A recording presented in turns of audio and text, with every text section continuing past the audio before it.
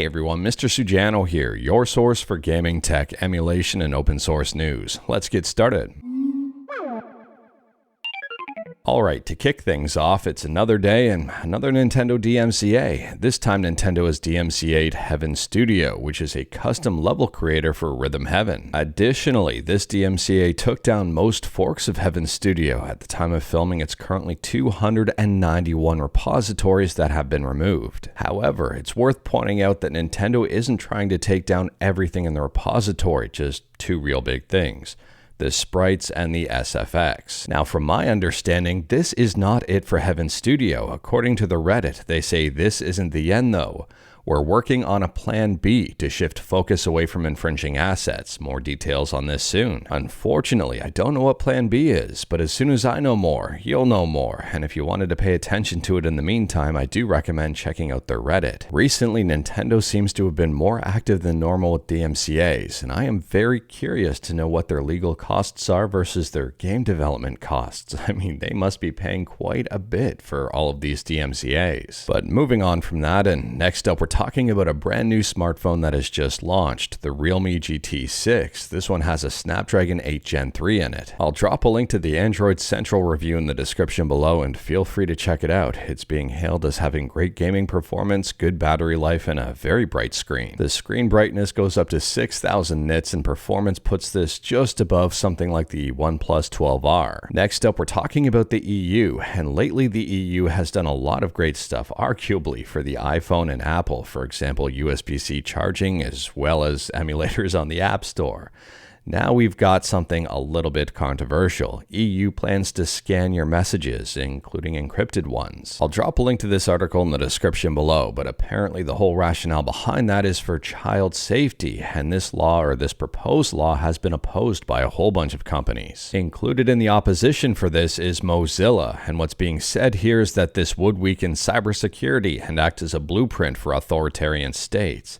Let me know your thoughts about this one in the comments below. It's being voted on Thursday. Moving on, and we're quickly talking about the unofficial PC port of Spider-Man 2, the one that was a result of the Insomniac leaks from a while back. Anyways, they're already on version 1.4.9. If you are curious about this one, there's a 12-minute gameplay video and I'll drop a link to it in the description below. It's right up on YouTube. Next up, we're talking about 3DS emulation with Mikage, and no, Mikage has not released just yet. However, they do have some exciting news for 3DS homebrew developers. They say they're releasing Conan 3DS, a package manager for 3DS tools and libraries. This is an elementary building block of Mikage development. If you are curious about this one, I'll drop a link to the article in the description below and feel free to check it out. And for those of you saying Mikage is not real, I would argue heavily against that. I mean, I know some developers who have seen it firsthand. And we're just going to have to wait on this one. Just be patient. Moving on, and we're quickly talking about Project Lindroid. And if you've got an Android device, you may be very excited about this one. In my opinion, this is absolutely huge. They say introducing a new way to use Linux on an Android device. Kind of looks like a reverse Waydroid, but you can have full hardware accelerated Linux on your Android as an app. They say Linux is running inside the container and can access real native hardware. They say Lindroid even has experimental support for X11 display. You can run Linux mobiles on it, such as Ubuntu Touch.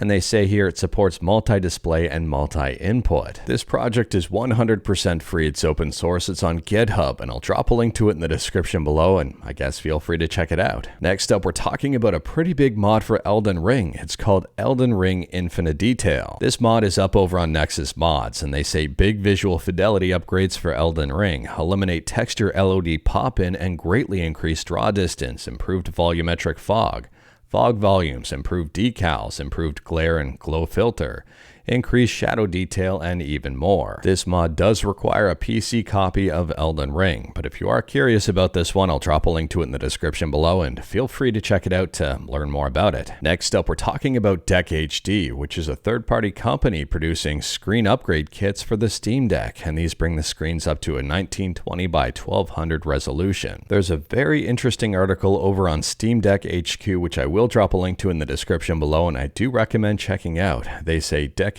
is not abandoned, but the lack of communication makes them worry.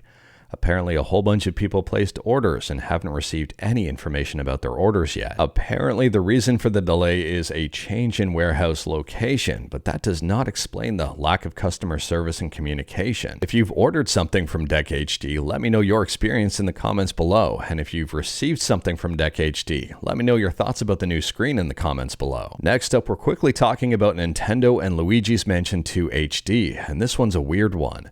Apparently Luigi's Mansion 2 HD pre-orders at Walmart have been cancelled, explaining once again that Nintendo will only let the retailer sell the game in stores. The digital version of the game is still up on other retailers' websites like Amazon. If you've pre-purchased this through Walmart online, let me know your experiences in the comments below and let me know if your pre-order was cancelled. But moving on, and next up we're talking about PlayStation 3 emulation with RPCS3, and RPCS3 has yet another improvement. So the RPCS3 team says, thanks to developer KD11, several more rendering issues with games such as Ratchet & Clank Tools of Destruction and Quest for Booty have been fixed. If you wanted to see the before and after and compare it, I'll drop a link to their tweet in the description below and feel free to check it out.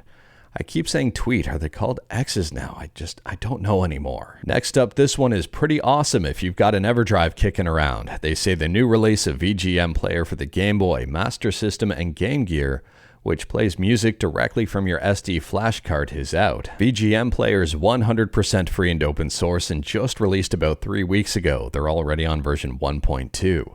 I think we talked about this one in the past, but if we didn't, I'll drop a link in the description below and feel free to check it out. And speaking about Game Boys and checking stuff out, next up we're talking about Game Boy Studio, and Game Boy Studio 4 is now available. For those who may be unaware, Game Boy Studio is an open source and free, easy drag and drop game creator for the Game Boy. So version 4.0.0 of Game Boy Studio has a whole bunch of fixes, a whole bunch of changes, and a whole bunch of additions to make developing the next Game Boy game nice and easy. If you are curious about this one, I'll drop a link to it in the description below and feel free to check it out to learn more about it. It's a very, very interesting tool. Moving on, and we're talking about GameCube saves with the MemCard Pro GC, and apparently now you can back up your GameCube saves on the cloud thanks to a new update here from 8-Bit Mods. This new free firmware update also introduces a whole bunch of fixes and doubles the speed of this thing. Now good luck getting your hand on a MemCard Pro GC because they always seem to be sold out, but I'll drop a link to it in the description below in the event that you wanted to check it out. Next up, we're talking about PlayStation 4 emulation with free and open source PS4 emulator psOff, and psOff is officially dead. The developer of this one says, "Hello everyone, I'm sorry but I made the decision to discontinue the project for private reasons.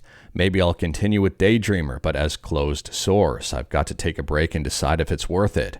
Thanks to all the testers for the support, Crispy for the moderation, and Red Prig for helping with his knowledge." Now, in my opinion, psOff was very promising, and I do wish the developer all the best in their future endeavors. And last up here, we're talking about one of my favorite multi-system emulators on Linux, Ares, and Ares just got a brand new update. So at the time of filming, Ares version 139 has just released with a whole bunch of improvements. For the WonderSwan and WonderSwan Color, they've improved emulation accuracy. For the NES and Famicom here, they say various PPU improvements. Most current PPU accuracy test ROMs now pass. There's also emulation accuracy improvements for the Game Boy Advance, Sega Mega Drive, Genesis, CD, and 32X, and also UI improvements. And on top of all of that, there's a bunch of bug fixes and even more. Ares is 100% free, it's open source, and even though I love it on Linux, it's also available for Windows and Mac OS.